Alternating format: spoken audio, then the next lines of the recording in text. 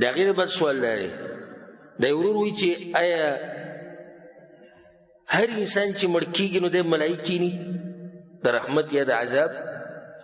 او دی ورسره خبرې کوي او که نه او هغوی ورسره خبرې کوي او که نه الجواب بالله التوفیق غدا کله چې نیک انسان مړ کېږي نو د رحمت ملایک الله سبحانه وتعالی په ده پسې رالیږي چې زیری وله ورکړي او چې کله بد عمله جهنمي انسان مړ کېږي او کافر او مشرک مړ کېږي الله سبحانه وتعالی په ده پسې ملایک د عذاب رالیږي چې دله زیری د جهنم ورکړي او دا ملائک کاری په دغه ټیم کې دغه سړي ته په چا باندې چې ځنکدن دی په قرآن کې الله دا خبره کړې ده یوم یرون الملائکة لا بشرى یومئذ للمجرمین یوم یرون الملائکة دوی به ویني ملائک زیری به نه د دوی لپاره دا د مرګ هغه وخت الله یادوي دا شان الله ولو ترى اذ يتوفى الذين كفروا الملائکة یضربون وجوههم وادبارهم الله وی چې ساتي راوباسي د کافرانو نه دا مخونه وله وهي دا ملاګانې وله وهي وبل ذکر الله ولو ترى اذ الظالمون في غمرات الموت والملائكة باسطوا ايديهم اخرجوا انفسكم اليوم تجزون عذاب الهون خبر وتم کوي راوباسي رسا نن بستا پته ولکي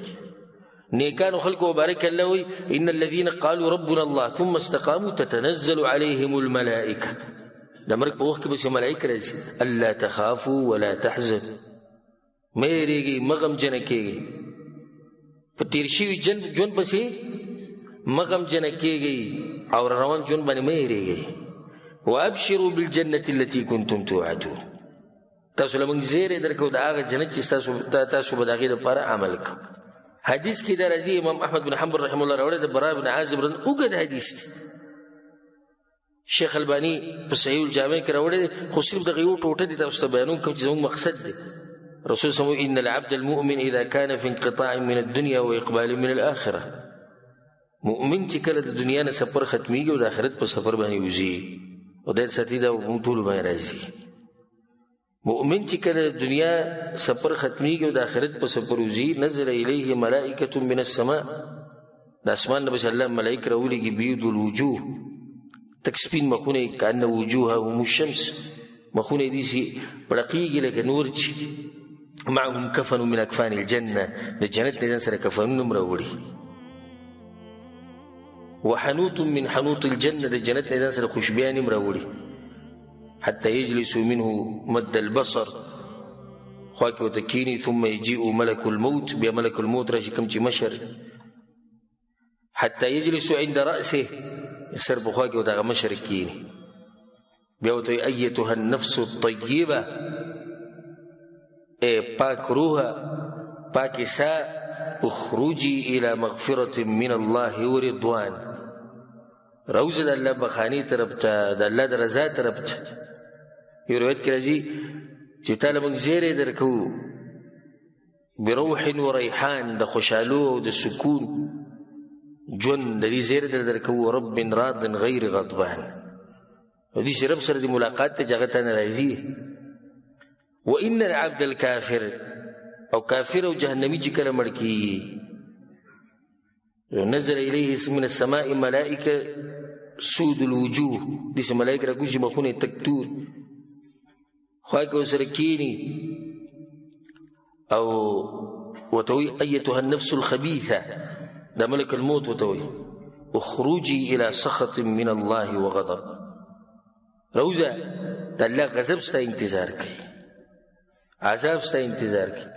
نو رسول سمو چې د سابه په جسم کې پټي یو ځای د تختی بل ځای تختی هغه یې راکای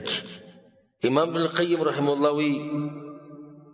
وی ملائک را کوزي په دغه ټیم کې به کم ټیم کې چې په انسان باندې سي ځن کدنی او دغه په خوا کې کینی او دی یینی او هغه د په خوا کې خبرې کوي او دی یوري او کفنونه د ځان سره راوړي یا د جنت نه یا د جهنم نه او په دغه ټیم کې چې څوک دعا غواړي د ملائک په امین وي دا په حدیث کې ثابت ذکر رسول الله دې ټیم کې وي د جاهلیت خبرې مکه وي د ملائک په دغه ټیم کې په دې باندې امین وي او کله کله دې سم شي ویلي چې چا باندې چې ځن کدنی باغې سلام واچوله او هغه ته وعلیکم السلام یا په خلا یا په اشاره سر وړقی سترګې وړقی ګوته وړقی خو د خوا د خلک دې نه پوهېږي او داسې هم کېږي چې په خولې وایي خو اکثر د خولې ویلو هغه طاقت په هغه کې نه وي او ځکه هغه شیخ اسلام ابن تیمیه رحمه الله وایي چې د بعضو نه ما اورېدلي ځنې کدن په وخت کې اهلا وسهلا مرحبا بهذه الوجوه په خیر اړې ښکلي ښکلي مخونه راځي کښېنئ هلته ما وی اورېدلي او ما ته یو ملګري خبره کوله عالم دی په پاکستان کې وایي زما د مور چې ځنکدن او زه سره پخوا کې ناست وم او ما هغې له تلقین ورکو د توحید د کلمې او دا مې ورته وایي چې په الله باندې ښه ګمان ساته ته په یو داسې رب پسې ورځي چې هغه مهربانه رب دی مهربانه بادشاه دی هغه به دې وبخ وایي ما ته وایي چې بچی دغه دې ولاړ دي وی دا وی ما په خپله دغه نه وی اورېدلي خپلې مور نه مې واورېد هغې راته وایي چې دغه دې ولاړ دي دلیل دی په دې باندې چې دا ملایک چې کوم راکوزېږي دوی ته ښکاره کېږي امام ابن قیم رحمه الله وی ما ته زما شیخ ویلي یعنې شیخ الاسلام ابن تیمیه رحمه الله وی هغه ما ته دا خبره کړې وه چې داسې په کوم شوي دي چې هغه پې سلام واچوي دی ورته وعلیکم السلام وایي بیا ورته وایي راشه دلته کښېنه زه ورته هم وښوي دلته کښېنه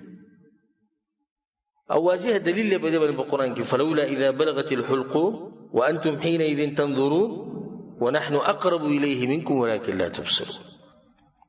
الله موږ ته نږدې یعنې موږ ملایک درلېږلي ولكن لا تبصرون خو تاسو ته نه ښکاري هغه ته ښکاري نو دا دلیل دی په دې باندې چې په چا باندې ځنکدني حاصل د خبرې هم دا شو چې د چا ځنکدني دی ملایک یعنې او ملایکو سره خبرې هم کوي یا زیری د جنت ورکوي یا زیری د جهنم ورکوي او داسې په کوم شوي دي چې دا سړی ورسره خبرې وکړي والله اعلم او دا وخو په موږ ټولو باندې راځي او سوچ دی او فکر سړی دا خبره سړی فکر ویسي چې موږ ته به کم زیری راکوي د هغې نه بعد